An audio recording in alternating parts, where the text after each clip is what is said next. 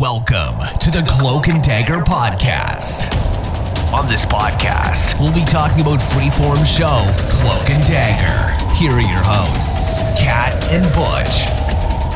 Hello, Cloak and Dagger fans, and welcome to the third episode of the Cloak and Dagger podcast. I am here with my co-host, Butch. Hey, everyone.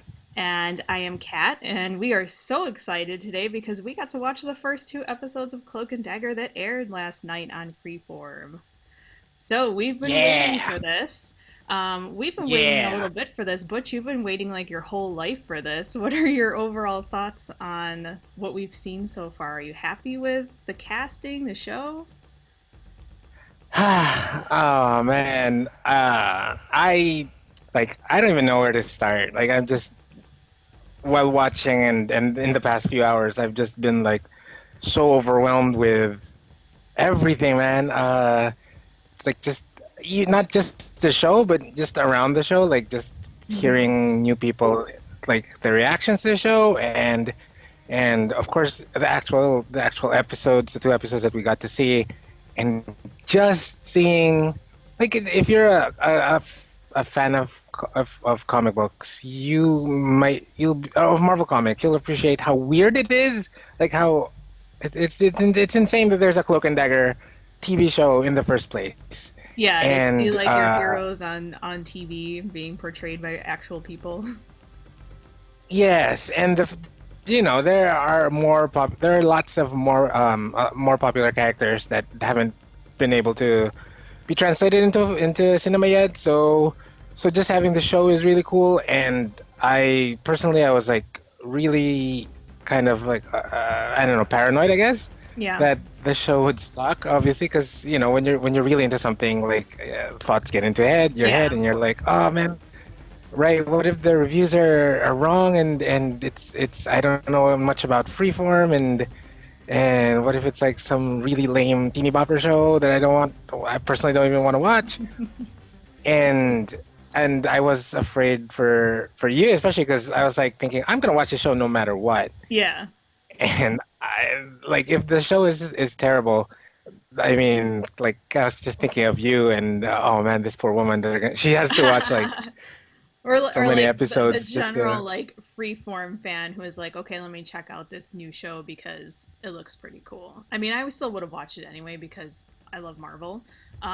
But right. I mean, as far as my thoughts, I was very pleasantly surprised that it was as good as it was in the first two episodes. Just knowing, like, when you start out with a new show and not necessarily a brand new concept, you're pulling ideas from something that has already been created. But sometimes the first two episodes can be a little rough, and you got to tell people, just stick with it, it'll get better.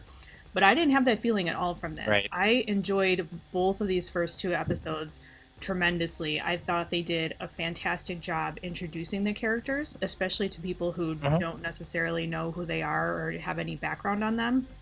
And right. Olivia Holt and Aubrey did, wow. They were such, like, great job casting freeform. They were fantastic. Absolutely. And I remember it's clear in my head when you messaged me, well, because you were watching it live, and then you messaged me. Yes. You said something like, "Just this is so good, Butch," and I was like the biggest sigh of relief. I'm like, yes. So yeah, the episodes. The first episode was really good. We'll talk more in depth about it later on, but it's a great start for a show. Casting, the music, we'll talk about it later, but yeah, most of everything is pretty good. I really enjoyed watching the first two episodes, which is not a big surprise, but still. Yeah, no, I 100% agree. Well, let's just dive right into our recap, basically, of the first episode. Just a heads up, we're going to do one episode of our podcast, so episode 3 of our podcast, centering on episode 1, which was again called First Light. Had to check my notes there. I'll be checking my notes because I had to write everything down because I think so much happened. I didn't want to forget anything. But then we're gonna stop our recording for episode 3, and we're gonna jump into our episode 4 for the second episode, just so it's easier for you guys to listen along. So there'll be 2 episodes releasing on the same day, so you can listen to both episodes on the same day, but we're splitting them up so you don't have to listen to us for 2, maybe 2.5 consecutive hours. So we're going to jump into our recap of the first episode, but first, here's a break from one of our sister podcasts. Hey there, Cloak and Dagger fans. I am Abel from the Shadowhunters podcast, and I am here today to ask you for your help. The show that our podcast is based on, Shadowhunters, was recently canceled by Freeform and Netflix, so we're asking for your help. We're asking that you use the hashtag #SaveShadowhunters or hashtag #PickUpShadowhunters in hopes that another network or Netflix will pick up the show for another season. Now, a couple of things while doing this. Remember only to use 2 hashtags per tweet and tag Netflix and Freeform. Thank you guys for all your love and support over the last few days. It's been really tough for us at the Shadowhunters podcast, but together we'll get through it. And again, hashtag #SaveShadowhunters or hashtag #PickUpShadowhunters. Now we'll let you get back to your show.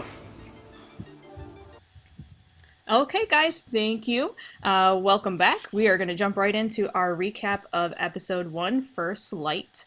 So right away, we're starting with baby Tandy and baby Ty, and I thought they did a really good job casting the kids.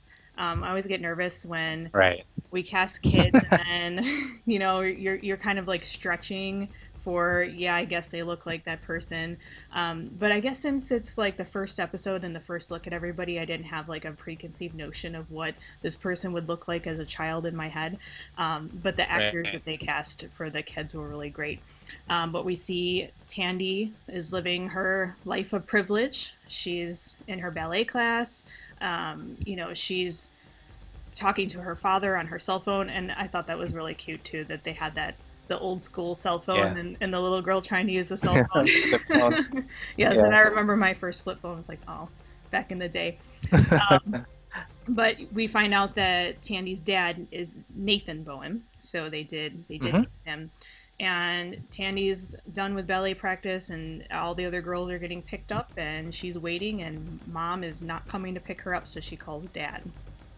And that's juxtaposed, and what's really cool about pretty much the first 2 episodes, I really like how they did the cinematography, how they did like Ty and Tandy kind of side by side, and what was going on during that time in their life at the same time, and kind of how their lives, were mirroring each other essentially when they're older. But you see then baby Ty, and they're not babies, but they're little babies to me. So little Ty is talking to his brother, and his brother's name is Billy, I believe. Billy, right. And Billy is hanging with his friends, and they're talking about stealing car stereos. And then Ty comes up, and he's wearing his little cloak, and that really got me. Like that really got me. I was like, oh, little Ty. I think that was so one cute. Of the things that I tweeted out first, is little Ty is wearing his cloak, like he's preparing himself for his future role. Right. And you see his brother kind of like, what are you doing out here? You shouldn't be here. And his brother kind of trying to act tough around his friends, but not really wanting to go along with what they're planning. And you kind of get it's like a good dude. Yeah, you kind of get a look into their lives, and how Ty looks up to his brother so much so that he actually ends up, stealing that stereo system out of the car for him, because he thought maybe his brother was too scared to do it, and he didn't want him to be mocked by his friends. Right. So that, those scenes, like seeing Tandy in her life of privilege, and then seeing Ty, and I wouldn't say that he wasn't, that he was living a bad life, but he was certainly having some outside influences. Does that mirror, Butch, what you have known from the comics? Yeah, and it's interesting. I thought that we would see, like, this was the case based on what we saw before. They made a big deal about like changing things up, like Tandy would be the one She kind of be, I don't know, it's like semi-homeless, I guess, or her economic situation wouldn't be.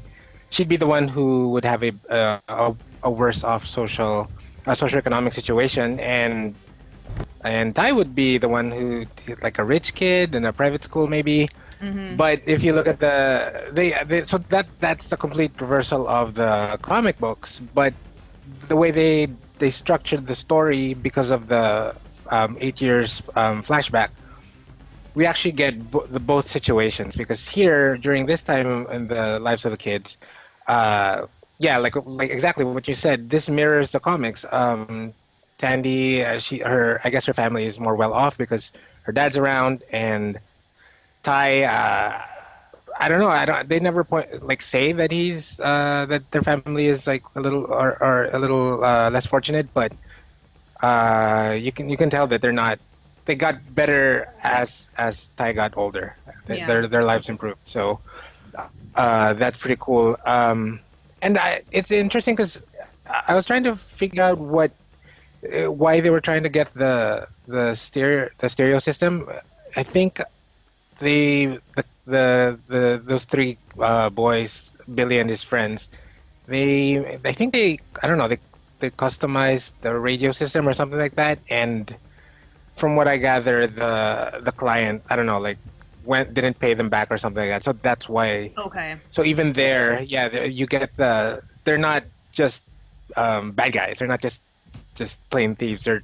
Even though they're trying to figure out what the way they were trying to go about it was not legal. They're like, let's call the cops, and they're like, no, don't do that. So even then, there's a reason that they were trying to do that. Gotcha. I missed that part. So yeah, I was just too stuck on little Ty's wearing his bathrobe cloak thing. It was that was. And he was fierce about it too. He was like, it was in my room.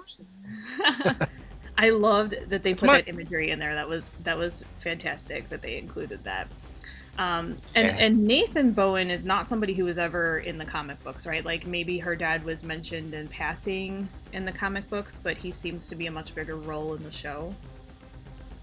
Yeah, he had a short appearance in the comics. Very, very, very different.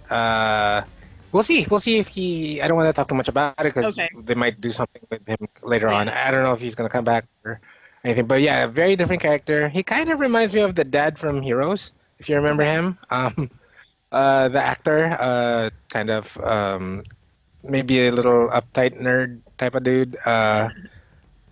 So yeah, we see him for the first time as he's obviously a little bit more concerned with, or he's the one who's taking care of Tandy at this point, like, because we don't know exactly. What do you think?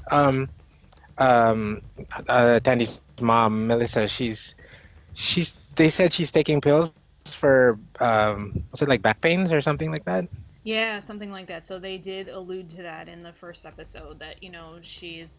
I think her dad, when Nathan did actually come to pick her up, because Tandy had to call her dad and have him come get her, and it sounded like something that she had to do quite frequently because she knew exactly how to get a hold of her dad even though he was at work.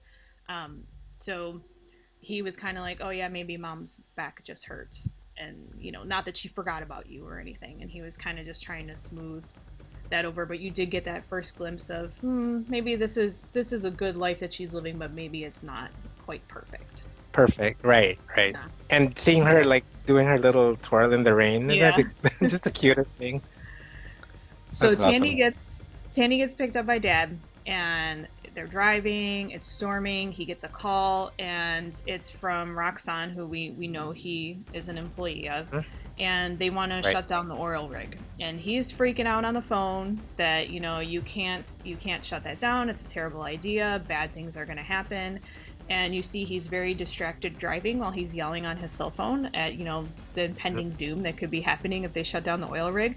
And poor little Tandy in the back is like, maybe you need to watch the road. It's raining. He's swerving all over the place. And I was thinking, like, this guy's just talking on the phone. Good thing he didn't start texting, or they just would have, they wouldn't have even probably made it to the bridge. But then we have that visual of the oil rig in the background as they're driving over the bridge, and he can barely get his warnings out to whoever he's talking to when there's an explosion. Yes. Did you catch the truck that almost ran into them? Yes. So there's the explosion, everybody's distracted. He's like on the other side of the road. The truck is coming right at them, can't do anything. So the truck jackknifes, and Nathan ends up basically driving off the bridge. And Tandy's in the back. And I don't know if he was knocked unconscious or if he was, basically killed on impact with when they hit the water. But we have that visual of them sinking. On the other side of things, we see Ty with Billy, and Billy's like, "What are you still doing out? We got to get you home. Don't worry about what was going on." And then he shows him the stereo, and he's like, "We gotta put this back." And then all of a sudden, the cops show up, and so of course they start running. That was the first reaction is just run. We're standing here with this stereo, and it looks really bad. Let's just run.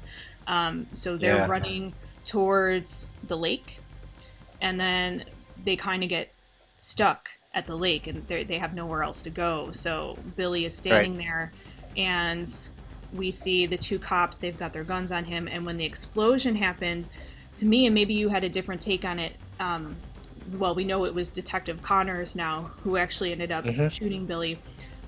He probably mistook that explosion for a gunshot, or got really nervous at the explosion and ended up shooting Billy twice in the chest, and that ended up killing him. He fell into the water. So then the cops are freaking out. Oh my God, you shot this kid. And then we see Ty jumping into the water after his brother. So at this point, both Tandy and Ty are in the water together. Not that they know each other. They don't know anything about each other. They're I don't know how far away from each other they are at that point, but they're both in the water. At that point, I really like the song that started playing. Did you notice that the music choices were like super spot on? That one, this had something to do with water, right? Like being stuck in water, maybe? And it was just like perfect. This like kind of like slow, almost like sad song that would like perfectly fit the scene, because you're basically looking at Ty seeing his brother dead and finding him dead in the water, and Tandy knowing that her dad is at least severely hurt, possibly dead, and he's stuck in the car. And that moment when the truck then came down after them, and it hit the car, like, ooh, I was thinking, like, if I was that child actress and that water was coming up and that the hood of the car started coming down on me, like that would freak me out a little bit. So she did a fantastic job acting in that scene. Oh yeah. But I had to watch this part again because I was like, I wasn't sure what exactly happened to basically save them. But there was an explosion. There was like an extra explosion underneath the water at the rig. Did you catch that? You mean with the special effects? The big one? Yeah, there was some. When they were in the water, there was like a light pulse that was released. Right. So, what's his name? Nathan actually mentioned that. Like he said what would actually happen would be when they shut down the oil rig or the rig. First it would collapse. Then there'd be a big explosion, then there'd be like a bigger explosion. Okay. So that's exactly what we saw. Yeah. So, just an interesting note about the music. I remember when you were saying it. The music comes in during this scene, like you can't ignore it. Right. It plays really like loud. So I think that, I don't know if that's like a freeform style thing or just, I don't know, just for this particular episode. But it's very interesting because it plays like, I don't know, like in some video games they do that, usually like at the start, and then the music comes in, and it's you can't ignore it really. Like it's not designed to be in the background, although it fades in the background eventually. So that's, and I would say that's a freeform thing. I would say that. Yeah. Showcase artists. Right, and so what we see here, what I like about the truck coming down, well, we'll see it later. So when the kids meet each other again, when Ty goes down again to rescue Tandy, it's like his darkness comes through the windshield, right? Yeah. And the reason why you see it, like the whole area is dark, I guess you're underwater, is because of the headlights from the truck. And I really appreciate the way they did that. Like, oh, okay, so that's why that's there to show, to make the dark energy more like visual, to make it more easy to see. To be like the light. So let me ask you this: do you think exactly. that did they have their powers, as it were, already, and they were being woken up in that moment because they were close to each other, or do you think that moment, that was like when they were chosen to be what we've seen in previews to be considered the divine pairing? Do you think that's when like they were chosen, or did they already have this in them? That's interesting. I don't want to talk too much about it right now because it could be anything, right? Like like, did that pulse of energy that was released awaken something in them, or did that give them? Was that what gave them the abilities? Right. We'll see. It could be anything. For me, right now, I think, because we haven't gotten into the spiritual side yet, right? We don't have the voodoo stuff too much. True. So I'm thinking these are just regular kids, because maybe Tandy has prior exposure to Roxanne stuff through her dad, but I wouldn't know if Ty would have any reason. So for me right now, it's purely that, like, whatever they were doing there in that rig, so it's definitely not oil, right? So whatever they were doing, something was going on there. Yeah, as happens a lot in Marvel Comics, things get screwed up and superheroes pop out. Right. So that was like my big question. And by the way, we haven't even gotten to the opening credits at this point. Like, this much stuff has happened. I know. Before the opening credits, I was like, wow, okay. So good. But that's like my big question that I think I still have even after the first 2 episodes is, were they born with something inside of them that gave them the ability to be this divine pairing? Or did they acquire their abilities in that moment because of basically fate, that they were at the same place at the same time? So I guess we'll go through the season, hopefully getting some clues to that answer, but I think that's going to be... That's interesting. Yeah, that might be like one of the focuses of season 1, is kind of like, you know, how did this come to be for both of these characters? But yeah, that I agree with you, that imagery of Cloak's dark energy like cutting through the light and them grasping hands, like that was great. And then we got like the title screen, and I was like, oh my god, this show is gonna be so great. That was perfect. It was such a great opening scene. Yes. So then we went through the credits, and then we came to Ty and Tandy 8 years in the future. And we see Tandy, and she still has the appearance of that she's doing well. So she's really nicely dressed.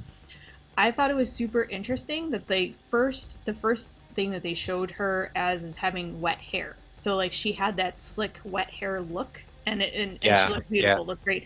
But I was like, that's great imagery. Like when we saw her first, she was basically drowning in a car.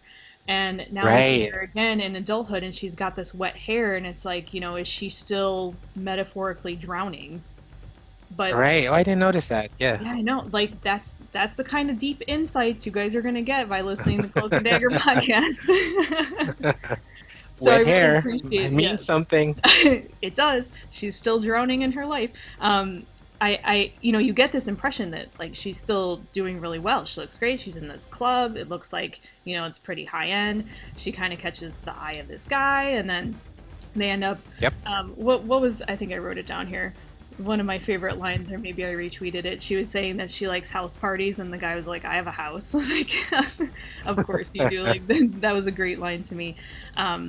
But they end up going back to his house, and And at this point I'm thinking, like, what is she doing? There's some kind of angle here. Like, she's just not like some girl who goes out to clubs, and she's not just like an empty, flaky character. There's something going on here. And I think we talked a few episodes back that we thought maybe from the previews it almost looked like she was like escorting or something. But then you find out that she is actually drugging the guy so that she could rob him. So she and that's our first introduction to Liam, correct? Right, Liam. So when he comes up and he helps to basically, and I'll talk about my thoughts on Liam, but I'll get more into that into the second episode. Yeah. I had a lot of good Liam scenes, but I did give him a chance, and I like Liam. I'm calling you out.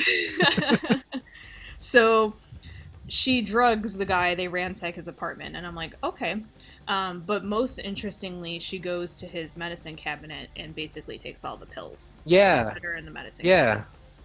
And I'm like, okay, so that's interesting. And at that point, you're like, is she doing drugs, or is she just stealing the pills because she knows she can sell them?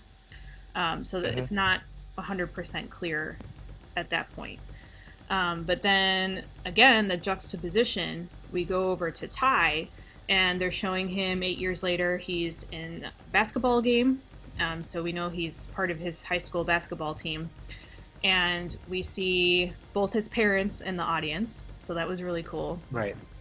Yeah. To see his parents, but he's kind of getting pushed around by the other team, and the refs are maybe they're not seeing it, or they're just flat out ignoring it, and that makes Ty mad, and he ends up getting in a fight during the game and with one of the other players. So it's kind of like Ty is in his own fight 8 years later, and Tandy is also fighting 8 years later. So they're in kind of like the same, definitely not the same circumstances, but they're both, it's apparent that their lives are not 100% perfect. Right. And it's interesting, our first shot of Ty is him kind of in a cloak, in darkness. In the towel, the first shot. Yeah, then that's how they did that. And I want to say that that's him still drowning. So I'm also deep and smart. Yeah, there you go. Telling you, deep insight. And so it isn't. It's just so both of them are struggling, but I like how this is the first time we see, like, for me, Tandy's problems are more like her life is more, I don't know, like adventurous, I guess. Meanwhile, Ty's problems are quote unquote smaller, I think. Like, because Tandy's like trying to survive. Yeah, she can get caught by the police, by the law, and she can go to jail. And Ty, he has stuff to, like, he's dealing with stuff, but I mean, what's the worst that could happen? He gets into a fight in like a basketball game for school, so that's not much, right? So maybe that's where we see like that role reversal with the lives they're leading. Yes. Like Tandy has more consequence, I guess, in her actions. Meanwhile, Ty is more, I don't know, maybe realistic is the word, like just regular everyday problems. So that's, but at the same time, they're both struggling. So that's they're on the same kind of parallel path, but maybe going on different roads. Yeah, for sure. So Tandy's done robbing the apartment with Liam. We see him dropping her off, and he drops her off at the night at where we think is where she's living. But as soon as he drives away, she leaves that area and then goes off to basically an abandoned church. And we find out in that scene that Tandy's living, in an abandoned building. She's pretty much homeless. And she has the black, what we see as like a black cloak or a black robe, and she kind of wraps herself in that. And that's the first scene where we see her take out those pills, and she crushes them up and she snorts them. So we see like she does have a drug problem. And Yes. We know that her mom did have a drug problem, or at least it was alluded to that, she had some troubles with pills. So it's kind of like, okay, maybe this is where that was carried over from with her mother, that she has this problem. And then they're juxtaposing that with the scene of Ty, who's home. His mom just says, go to your room, we'll deal with this later.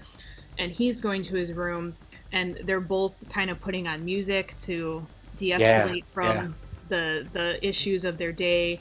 No matter how different they are, I thought it was really cool that they still deal with the end of the day and trying to relax in the same way. So they put their music on, and they both kind of go to sleep.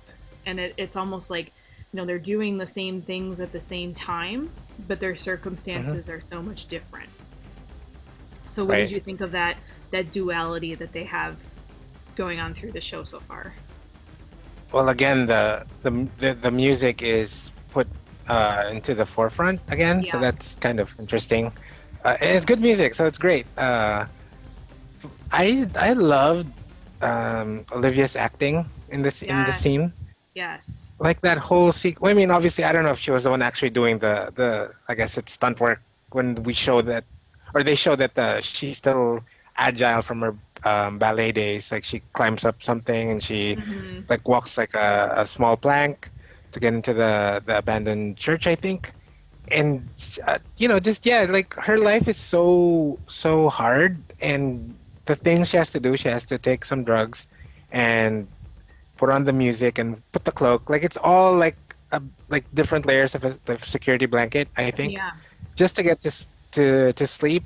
And she has like a look on her face right before she sleeps when she's looking at the stained glass windows, and it's kind of like heartbreaking because I don't know, she's like super young and she has like this empty look. Like I guess the drugs are taking effect, or maybe the music, and she's just going off to finally get some peace after everything that's happened. It's like a typical day for her, maybe. So just amazing acting by Olivia there. She was phenomenal, and like I think I remember just thinking like, you want to reach through the screen and just give her a hug and tell her like, it's okay, everything's gonna be okay. And she really was able to portray that other level of emotion. We saw her basically acting an actor. So she was playing a role in the club. She was trying to get this guy to steal his money, and she was fantastic at portraying that sort of character, basically a character within a character. And then you're back at the church and you're seeing like her and herself, and that's like raw who Tandy is, and she's so vulnerable in that moment. And it's such a difference between when we saw her just a couple of scenes earlier, when she's clearly in charge of the situation. She was a strong woman taking what she wants in that situation, and then you see her curled up on the floor of an abandoned church with just like a little bit of candlelight and the music that she has and the drugs that she has, and that's it. So Olivia was phenomenal with the acting in that scene. So we have that duality again that has carried on through Ty and Tandy's life, and you get that feeling that even though they don't really know each other, that there's still that connection there on some level. There's something there. So then we come back to sort of another flashback where we see, and we've seen this scene in previews, where the Roxxon Corporation is going through the Bowen household, and you see Melissa Bowen saying, what are you doing? This is my husband's stuff. You can't do this. And we've got baby Tandy sitting on the stairs, like kind of watching them go through her dad's stuff, and you could tell how much her dad meant to her, and what that must have been like watching it. And they're telling Melissa, we'll help you, don't worry, just stay strong. And then on the other side of things, they're taking all of her husband's stuff. So you feel bad for them in the moment, and then you get that real quick glimpse of Tandy looking at her mother, and in her hand you can see that she's got pills in her hand. So she takes them and just kind of pops them real quick, and I'm like, oh yeah, that's where this all stems from. So it's like it's gonna come back. Yeah, so you're thinking like, how bad was this before her dad died, and then how bad is it gonna get? Well, obviously it got pretty bad because Tandy's living in an abandoned church. Yes, and we'll see more of Melissa's lifestyle later. Yes, and that is that something that carried over from the comics, was that, you know, she kind of being like an aloof parent, maybe not necessarily the drug aspect, but being the aloof parent, that was something that was in the comics, correct? Yes, that was actually the main problem of Tandy. So I feel like, I mean, obviously it's an important thing of being, I don't know, maybe ignored by your parents for, in Tandy's case, for her mom's career. But that's one thing I like here, like one good change I think for an, or like an improvement in the TV series over the comic books is the problem, like Melissa's problem, her relationship with their daughter. That's still the problem, but the scenario going on in the TV series is probably a little bit more serious than just being an ignored rich girl. Yeah. Like they went through something, and in both cases the dad disappears, but I guess it's how, and I'll talk about this more later, but how the comic book version of Melissa copes with the father disappearing versus how the TV version of Melissa copes with the dad leaving their lives. And there's no comparison at all because it's way more impactful the way they did it in the TV show. And do you like the way they portrayed that? Are you happy with that angle they brought in? Oh yeah, yeah. Because of the way they did it in the comic books, Melissa comes off as a very shallow, one-note character. Yeah. Melissa Bowen, and here it is a complete opposite. We'll see later. And of course, the fantastic actress, Miss Roth, she brings so many layers to her performance, and the way they wrote the character too. So between those two things, the character is more engaging and more rewarding to follow, I think, in the TV show. That's great. How did you feel about this? Well, because from the comic book, she was like a supermodel, and she was kind of just not there for Tandy, right? Yes. So yeah, now pretty much. In the show, like, we know that the show is based on the comic books, but there's so much that is still left for the show to write in, because the comic books, you know, can't explore everything. But the way they brought this into the show, I think you're right in saying that's going to give Melissa Bowen's character so much more depth, instead of just being some shallow supermodel mother who's ignoring her kid. You know, there's some serious issues going on here. There's addiction issues. She lost her husband tragically. So we have more to build from. And I think that by giving Melissa a stronger character, you're giving Tandy a stronger character as well. Because, you know, she has more... Absolutely. I want to say she has more reason to be the way that she is now. Instead of just being like some spoiled rich kid who was being ignored by her mom. It's now so much more in depth with the drug addiction and all of the other issues that have come with her life. I mean, being in such a severe car accident where somebody dies and then you almost die as well, that's some PTSD right there. So you can really appreciate where she has come from and kind of feel more for her. And I think that's one of the reasons why they decided to write this plot line in, because they wanted to give people that connection to her, that, you know, I want to protect her, I want her to have better, instead of just seeing like, oh, she's just some spoiled rich girl who feels bad for her. Absolutely. Just to set aside my first bit of whining here, when talking to or just looking through tweets and posts from the older comic book fans, a lot of them are like, or some of the first reactions was like, they changed Tandy so much. Like, why they change her? Why is she so different? She's not like, you know, the comic book version that's like an angel and pure and innocent, blah, blah, blah. And in my head, I'm like, I mean, number one, we can get there later on. And number two, it's not like I love Cloak and Dagger more than anyone, but Tandy's not like the best character. You know, she has her flaws as a character, and there's a little bit of shallowness too. And part of that, as you said, is because the root of her problem is that like she ran away because she was ignored. Meanwhile, for the TV show, for the first 2 episodes anyway, she's running away because like there are a lot of serious problems going on in that house. So it makes that journey more compelling. And again, I love comic book Dagger, but she's not perfect. So it's cool that they added some stuff to her, I think.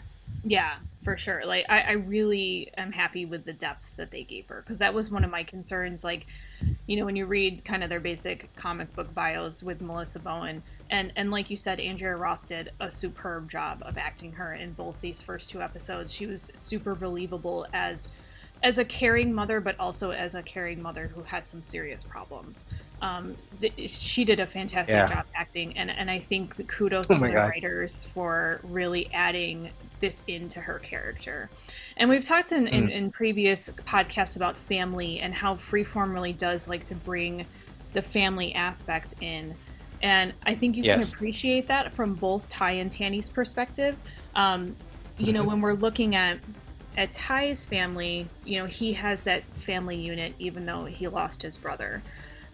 So you have that, again, that juxtaposition of what's going on between the two of them and their lives, but having that the family there and seeing the differences just gives the show a whole nother level of relatability. So, and of course the actors that they picked for the parents in the show, spot on. They did a fantastic job. But moving on, we're looking at, so we see that flashback of Melissa taking the pills, and we're like, oh, okay, this is where this started. You know, you clearly see Tandy sees her mother taking the pills. But we're fast forwarding, and Tandy is talking to Liam in the car, and she kind of tries to get into her past, and then she stops talking, and it kind of seems to be like a thing that she does where she kind of gives away a little bit about her past, but doesn't really trust anybody enough to really let them in. And then you have Ty, who's in school. So Tandy's with Liam, and then you see Ty in school, and he's with Evita.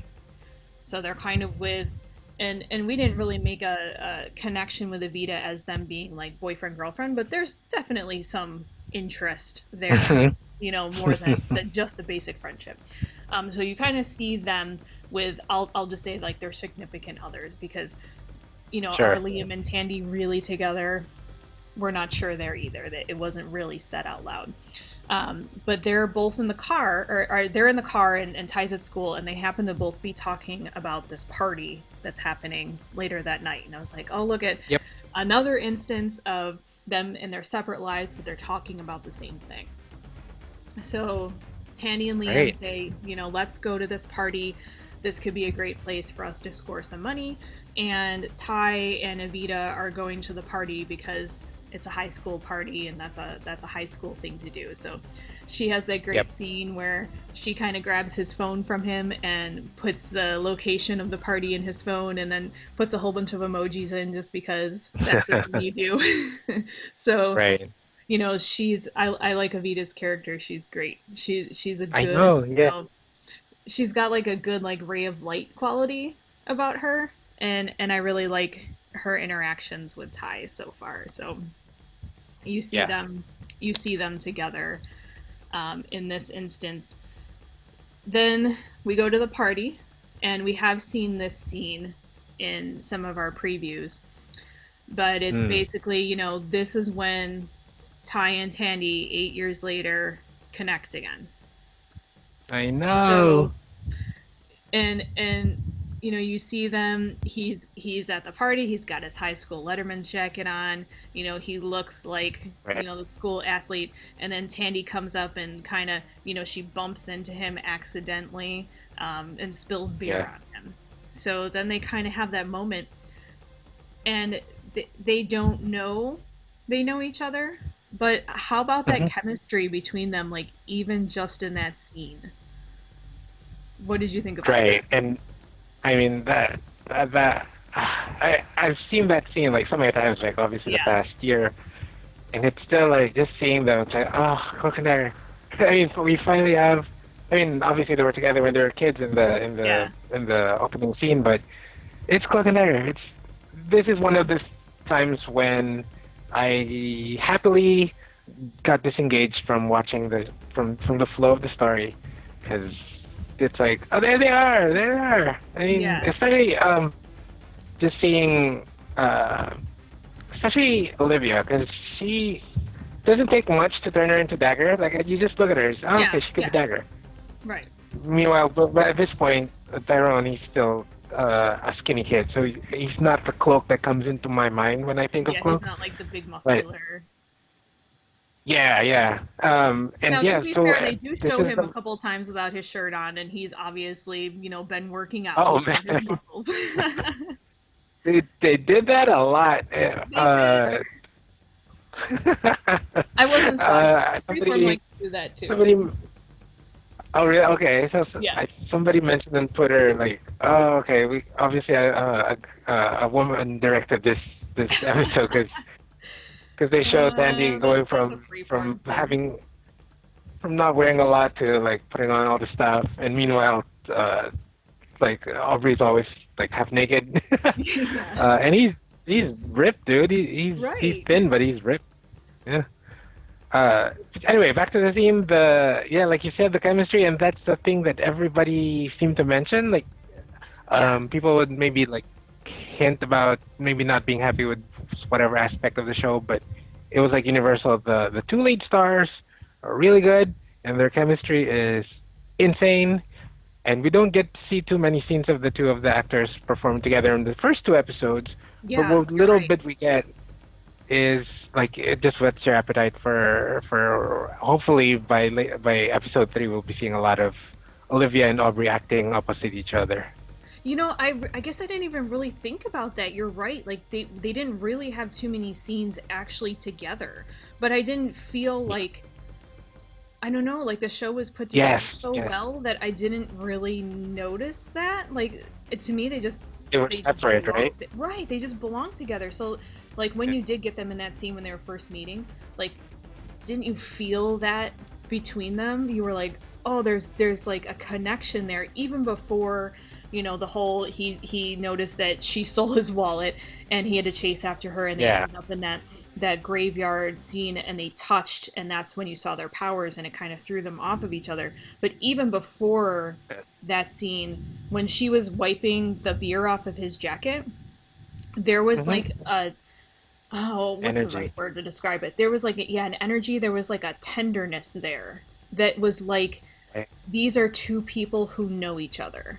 Like, if I saw that at a party, if I saw two people acting like that at a party, I wouldn't think that they just met each other, didn't even really know their names, Yeah. That it was great. That was an exciting scene, for sure. So then, Ty realizes that his wallet's stolen, and that was pretty funny because he kind of just left Evita there, and I'm thinking, like, $5 for a beer at a high school party, like, I hope that's a good beer that you're gonna get, Evita. That guy's a real thief. Yeah, right, exactly. I mean, that's worse than Tandy.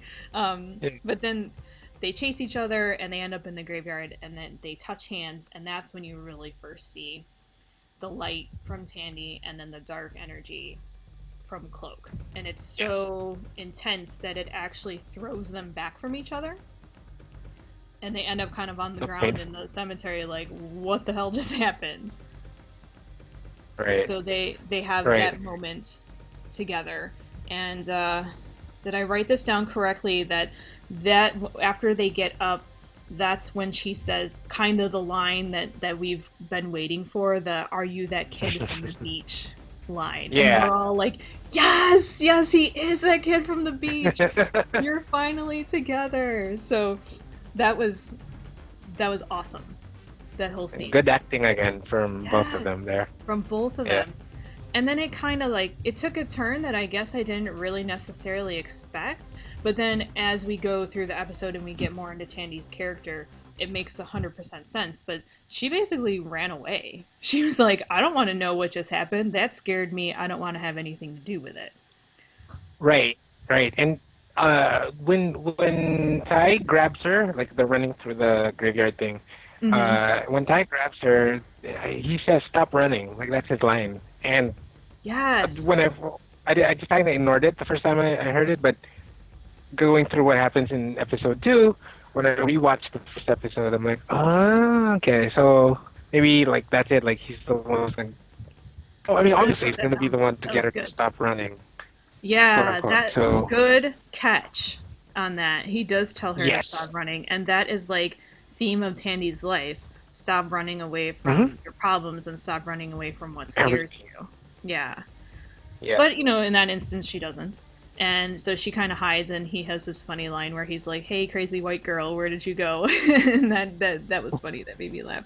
I'm like, man, I really like Ty, and Aubrey does. We've been talking about Olivia, but Aubrey does a fantastic job as Cloak. He's just a good guy where you would want to be friends with him. That's the feeling I get from him. So they have that moment, and then it's over. She runs. They're kind of left with like, this what happened, and then you get the sense that because they touched and because this happened, that they kind of like activated something or like awoken something. Mm-hmm. Yes. Because then through the rest of the episode, you're kind of seeing their powers come out in ways that they necessarily can't control, but probably don't know how to control yet, because they have no idea what's going on with them. So we see Tandy and Liam. She's again with Liam, and I think I said this earlier, but she's actually talking to Liam now about the car crash, and she's kind of trying to tell him, when I was with my dad in the car, there was this hand, and she's kind of trying to get that out to him, but she can't get the whole story out. Again. Yeah. Yep. And he's trying to encourage her, why won't you be on a deeper level with me? Because, you saw her, she ran away, she was with Liam, they were having an intimate moment in the car, and then she's trying to get more emotionally in depth, and Liam wants that, and then she just backs off completely. Yes. Yep. Mm-hmm. Which That's who she is. Yeah, looks like a theme for Tandy. Then, most interestingly, we see Ty is like done with life for the day. He's had a rough day, goes home, goes to bed, pulls his black sheet over his head, and then when you see him again, his clothes again. Yeah, no clothes again. But he wakes up and he's on a roof, and you're kind of like, cool. What? Like, how did he get here? And you're like really feeling being Ty in the moment, because you're like, what? And I've never personally woken up anywhere where I was like, where the hell am I? But you really get the feeling of being in Ty's moment, being like, how did this happen? And he didn't drink at the party or anything, so he was probably really confused about why he was on that rooftop. But I thought it was cool how he woke up right next to that Roxxon Corporation sign, like that. Yeah. And I think they made a point to make, like, when we only, this is like really small, but when they show the sign, you get like a crackling, like annoying crackling energy sound, and I think it's just meant to enforce we don't like Roxxon. Like Roxxon is like radioactive almost. Like it that's the way they did the sound for like the neon lighting, right? Yes. And as for Cloak, this is the first adult, like the way they did it in the previews. I thought this would be like towards the end of the season, because he looks like Cloak already here, and like they shot it, like it's so dramatic and the wind. But this is actually the first time. It's just a random his blanket. So it's his first time getting the powers, and Aubrey did a great job of acting confused. So yeah, that's it. That's good. And our first sighting of Cloak. Yes, and that was cool. Like, we've seen that image before, and you don't realize that, you know, you're watching the episode now and it's like that's his bed sheet, and it's just like a different take on that whole scene. But I guess as like a casual viewer, I didn't really put together like how he got there. I didn't put together that, you know, this was his dark energy, his power of being able to basically teleport himself other places. So I didn't put that together until later. And probably that's what they had intended. It was more like that real, and kudos again to Aubrey for his acting, because I was really drawn into the what the hell, where am I moment, as opposed to thinking of like, how did he actually get here? Let me try to make these ties. So we have that cool imagery of Cloak on the building next to the Roxxon sign. And then in the next scene, we have a flashback with Ty. And it's Ty and his parents in the police station finding out that Billy is dead. And very, very, the scene was, you know, it was very well done, but there was clearly a cover-up going on there. And they're telling Ty's parents that it was drugs. They found drugs in his system. You know, he wasn't shot. Blah blah blah. This was a drug overdose, and that's how he died. And then you have little Ty, and he's like, no, that's not at all what happened. You know, he was shot. Right. Like, you're lying. Exactly. So you just feel like awful for this little kid who very clearly saw an officer shoot his brother. And now you have these cops saying it was drugs, and you know, he has a clear description of what this person looks like. They're saying it's a cop with red hair and a scar. And then, you know, the lieutenant or whatever position that the cop was speaking to them was saying, you know, I've worked on this force for so and so many years, and I've never seen an officer look like that. And you're like, what are you talking about? You know, you're in Ty's corner, like, you really feel like that this is awful. And then you feel bad for his parents at the same time, because they're totally being lied to, thinking that their son was doing drugs when really that was not at all what was happening. So what'd you think about that scene? Well, first of all, what's his name? The kid, the young actor, he's really good. Like, I loved him in all of his scenes. His acting, like his facial expressions are really good, and he, I don't know, like beyond his years, I think his talent. And you know, as for the, like, I could feel his frustration, because he's a kid, nobody's gonna believe him, but we the audience, we know what he knows, what he saw, and it was clear as day what happened. And the police chief or whatever, like, it's so frustrating with him, because his line about, I don't know how bodies decompose, but can't you, like, no matter how much time passes, or it probably wasn't a lot in this case, you're gonna see bullet wounds, right? Like, you can tell. I don't know, like. But I guess he's the expert, so they just kind of go with him, and obviously they're devastated, so they're not thinking straight. Right. And then he hits... Yeah, they didn't really have like a time frame of how long he was in the lake. But I had that exact same thought. So it was like, that was a high caliber gun. I don't know too much about guns, but that was a high caliber gun to put bullet holes that size into his chest, and they were clearly visible when he was shot. And then to think, like, how are you covering that up? But yeah, I had that thought too. But you know, everybody must have just kind of went with it. Right. And then they hit the parents with video of Ty jacking the car, and that was cool, because you see his mother holding his hand, and when she sees it, like, she lets go, and it's like, ooh, so there's maybe the start of, like, a symbolic thing where, okay, so the relationship kind of got bent or stressed, maybe. So that's the start of that, and I like seeing that. Yes. And I had to check the screen caps you sent me just to make sure that my notes were in their correct order. But after that scene of that flashback to little Ty basically being lied to, and you have that image that the cop that shot Billy was a redheaded cop with a scar.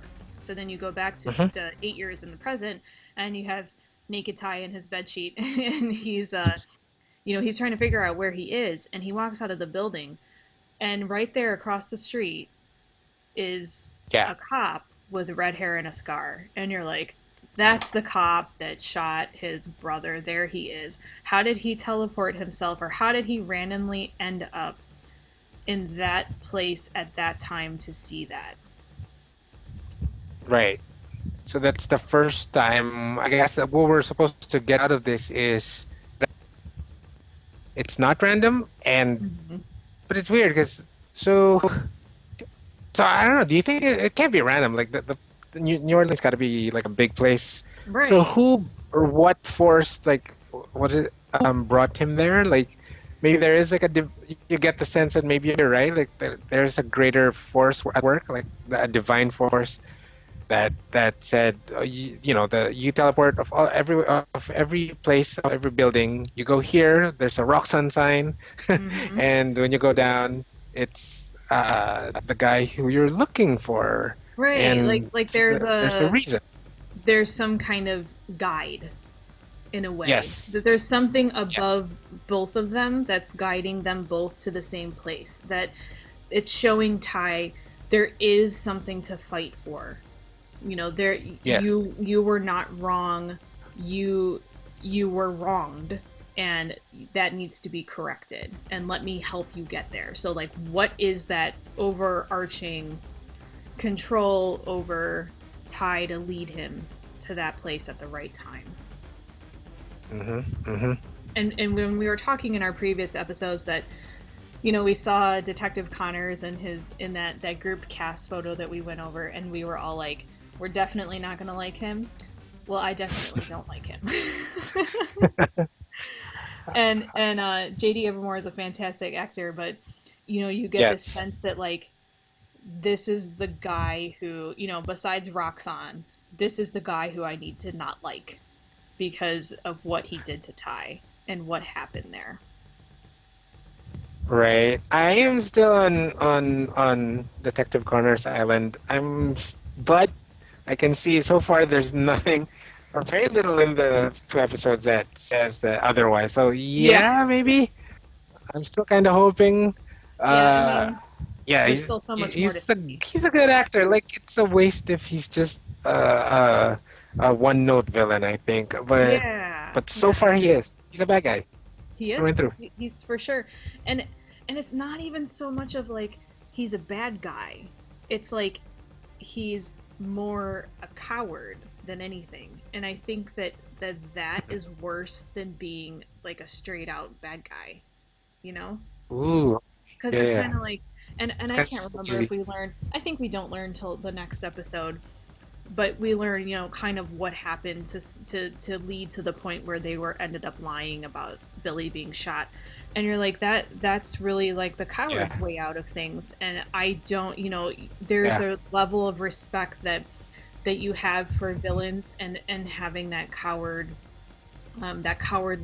appearance attached to you really kind of like that brought that way down for me. Like, I can appreciate an awesome bad guy, for sure. Yeah. Especially if they're, if they're well written and they're well constructed. But for somebody to come off as a coward like that was just, to me, like, he has a lot of redemption to do before I really like kind of embrace him as a character that I like. Yeah. Yep. Alrighty, Absolutely. So we saw Detective Connors, and I'm just looking over at my notes here. So then we're back at Tandy's house, and we had seen Tandy in her mom's house in a couple of scenes before, where this is kind of where she hides her stash. So she has that pink bag, and she hides it up in the vent, and this is where she hides her money and her pills. So she keeps that there in her mother's house for safekeeping, but obviously she doesn't stay at her mother's house. This is not a place where she actively lives. But she's back there, she's collecting her things, and then her mom's actually there, and that kind of shocked Tandy that her mom was actually there. So she hides her stuff really quick, and she ends up slicing her hand on that knife. And when she grabbed that knife, I was like, ooh. Yeah. I know. Good acting like, again. She cut herself, I thought she that. cut herself bad. So she grabbed that washcloth, and in my head I was like, is that the washcloth that she stole from that guy's house with the monogram on it? I think that was the washcloth that she stole. Could be, yeah. But she wraps her hand up and kind of like goes out to her mom and just has like, not like a really good mother-daughter bond with her. It's kind of like, I better just say something to her so that I can go. But her mom, you can see that she's drinking, so she's not just got a pill problem, she's also an alcoholic at this point. And from what we can gather from the scene, she's a person who doesn't stay at a job very long. Maybe she gets in trouble, or she has problems. There was a line about, all of your managers seem to be jerks or something to that effect, to be a reason why she keeps leaving her jobs. But there's not really that mother-daughter bond. It's clearly been broken, and they kind of coexist. But then Melissa notices that Tandy had cut her hand, so she goes to touch it to see if she can help her. And this is where we get the first glimpse of another part of what Tandy's powers can do. So she's kind of brought in, and at first I thought it was a flashback memory, but now I realize that this is the part of Tandy's power that she can see somebody's hopes, correct? Yes, that's true. Okay. They lit it. I can understand your confusion because they were doing the flashbacks with the same kind of light. The lighting, yeah. So they, they're showing this scene of Mom, and she's with Dad, and they're at the ballet studio, and it's little Tandy, and they're like, she has so much potential, she's gonna have this great life, and we have this wonderful marriage, and everybody loves each other so much. And she's in this scene, and grown-up Tandy is watching this, and you can see her that she's in this moment watching. And when they break the connection, Tandy's super confused, as any of us would be, like, what just happened to me? I had this weird flashback, memory, whatever it was that I saw, where my mom is kind of like, look at what could have been. Right. And Melissa had no recollection of what happened. So when Tandy touches somebody and she sees this memory or this hope, the other person has no idea what's going on. Is that what you got on that? Is that how that goes in the comics? She can't do that in the comics, or not really. Like, so that's something new. But same thing. We see what happens, but the whoever she touches, I don't even know if it's touch based, right? Like, and the same thing with Ty's powers. Was there always physical contact? Okay, so they don't get to see what Tandy sees, and this whole scene for me, it's all about introducing Melissa, and we get, like you mentioned, the basic stuff, and my God, Andrea Roth, her acting here, because she plays like the present version of Melissa, and she gets to do a little bit more later, but for this scene, her present version, her introduction, she's kind of I don't know, like she's ignoring what's happening. Like she's kind of, what's the word? Like, well, she's ignorant of the problem. Yeah. She's just going on, like carrying on like it's like everything's normal. And then when she goes to the past, the kind of memory thing, like we see her at her best, and she's like, she has like a line, something like, I loved you. She's on to Nathan, like, I loved you and you loved me. And she says that with so much warmth. And when she says, like, you love me, I'm like, yes, we do. We love you.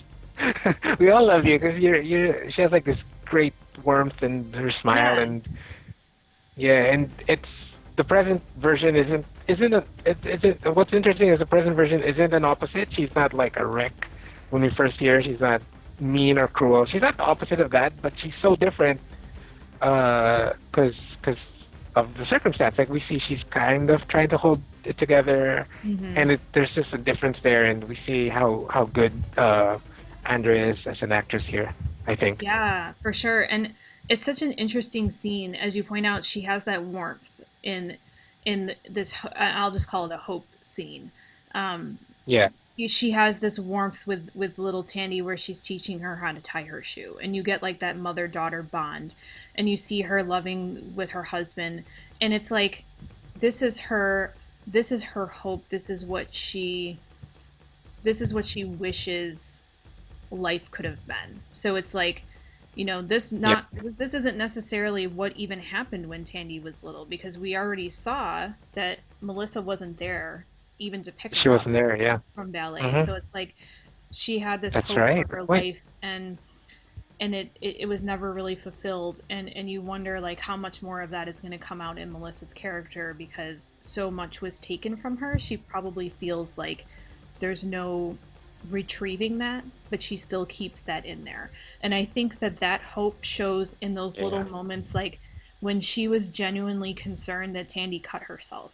You had that like mother-daughter between them, and Andrea is so good at acting that sweet, caring moment, and Olivia was so good at her response that she was just like so shocked that her mom was showing her this care, and I think that took her back to the point where that's how her mom was actually able to touch her, because I don't think they have too much interaction. I mean, they don't live together. They kind of seem to just see each other in passing, and kind of like, you know, are you still alive? Okay, great, I'm leaving again. Yes. So to have that glimpse of that moment, and then to see that hope moment, like, again, more depth to Melissa Bowen's character, and we'll see what more comes out of. Well, we do see more come out of that in episode 2, but we'll get to that when we get to episode 2. But moving on, where am I here in my crazy notes? I can barely read my crazy notes. So we're almost at the end of episode 1. So we see Tandy talking to her mom, and then at the same time, Ty is having a conversation with his mom. So she kind of, you know, he's back at home, and he's talking to his mom, and she's like, hey, you know, how was school? And he's like, oh yeah, it was great. And she's like, really? Because you didn't go. And so they're kind of having this conversation of, and he kind of attacks her, and I kind of felt bad for her in that moment. I wrote down her. I gotta find her name again, but I did write it down. Yes, Ruben.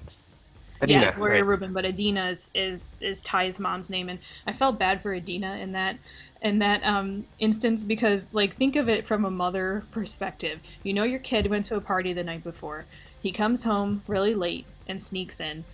You find his jacket and it smells like beer, and then he skips school the next day. So she's kind of got the right to be mad at him, I feel, in this instance. And then he kind of attacks her and is like, stop smothering me. And I'm like, oh, well, you kind of deserve that, Ty. But definitely a difference there between Melissa and her non-existent parenting, and then Adina and her overprotective helicopter-style parenting. and you know, they've each had losses. So Adina lost her son, and Melissa lost her husband. But they've both dealt with it, obviously, in completely different ways. So we've seen so far. Yes. Yeah. Yep. And we see more of that in the second episode. But for me, like, this scene was all about Gloria Rubin. Like, if Andrea Ross gets her big acting introduction, like they show her acting chops, then now we see Gloria and of course Aubrey play off each other. And like you said, like I think for me the difference, at least based on the introduction of the characters, we like I said, we see the versatility of Andrea as a performer, Mm-hmm. Meanwhile, Gloria just projects like that motherly like strength, like that. Yeah.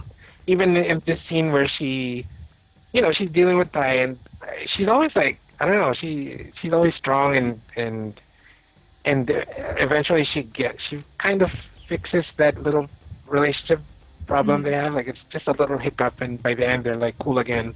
Yeah. And yeah, just great stuff from both of them, I think. Yeah, they're both fantastic, and you have that, I love, and I'll say it again and again, but I love the duality in this show.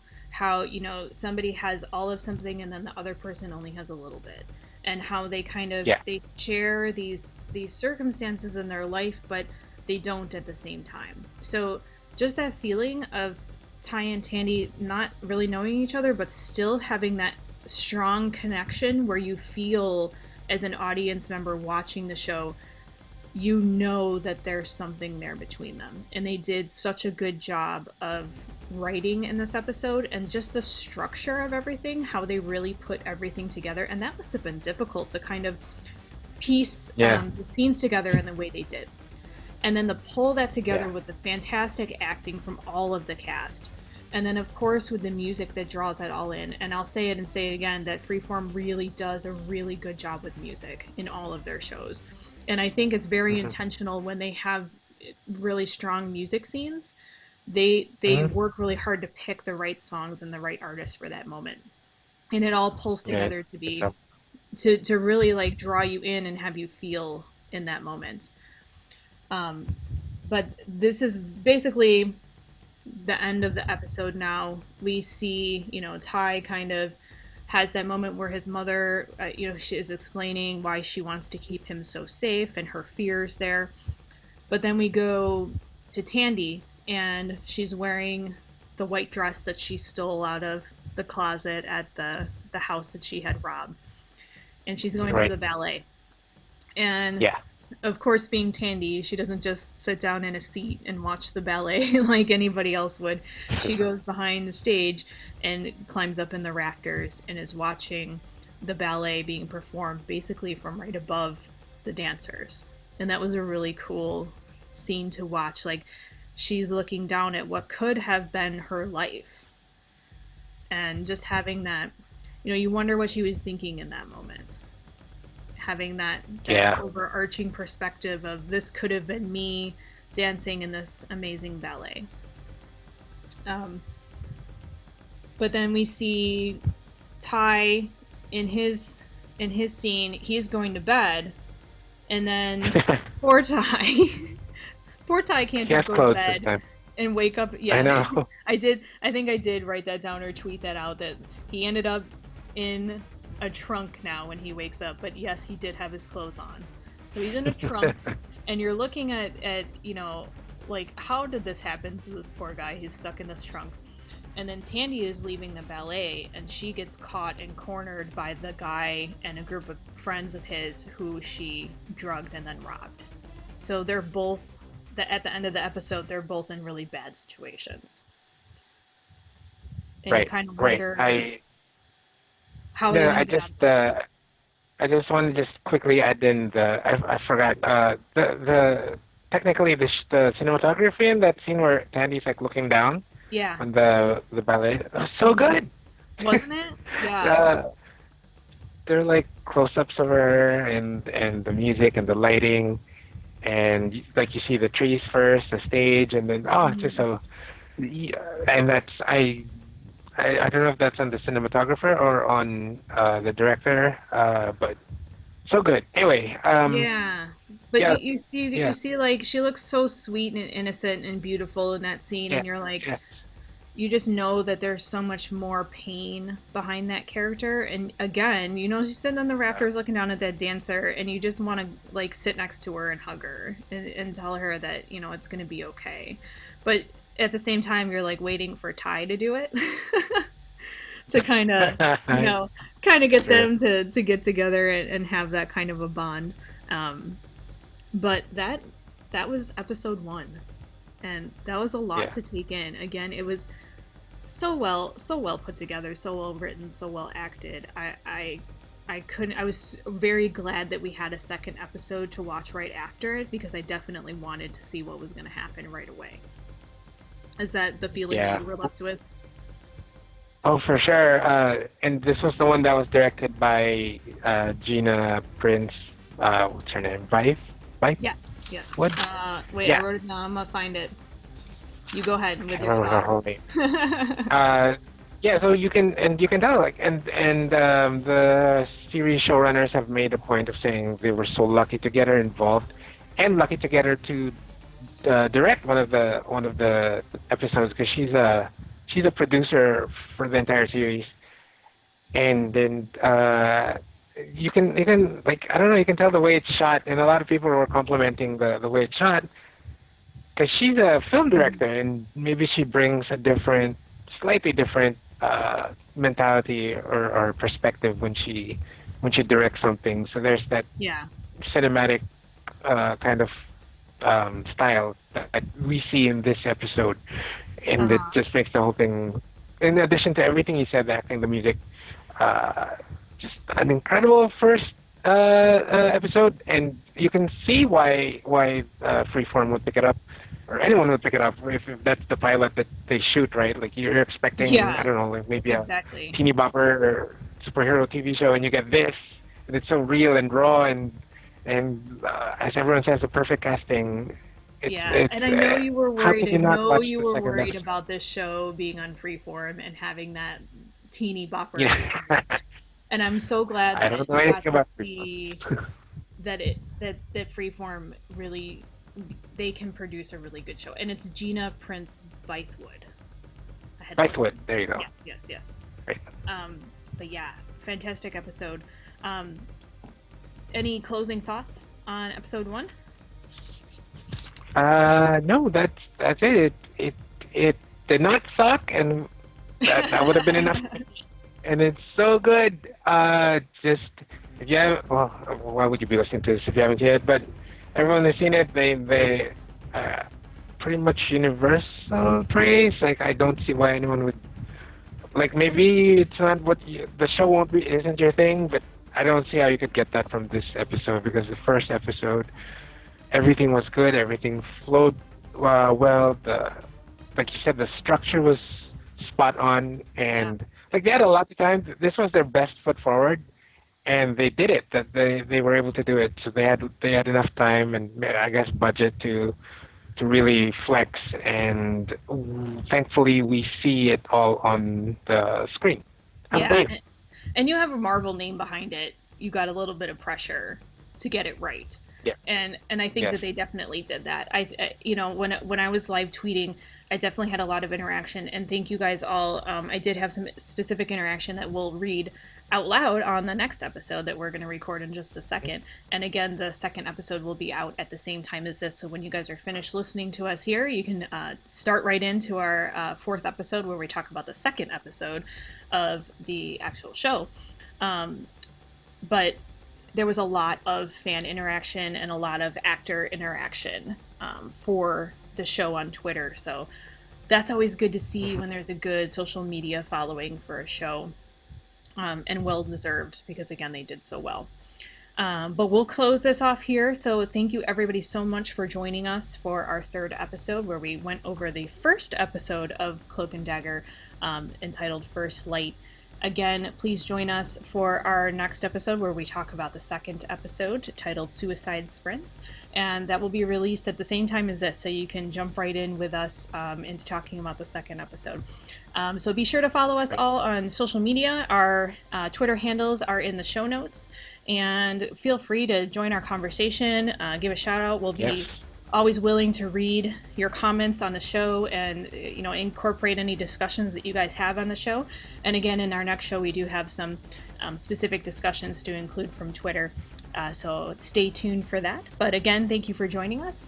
This has been Kat and Butch with the Cloak and Dagger podcast, and we'll see you guys next time. Bye-bye. Bye, guys. Thanks for listening to this week's episode. Make sure you check out the show's description down below, so you can follow us on social media. Talk to you next time.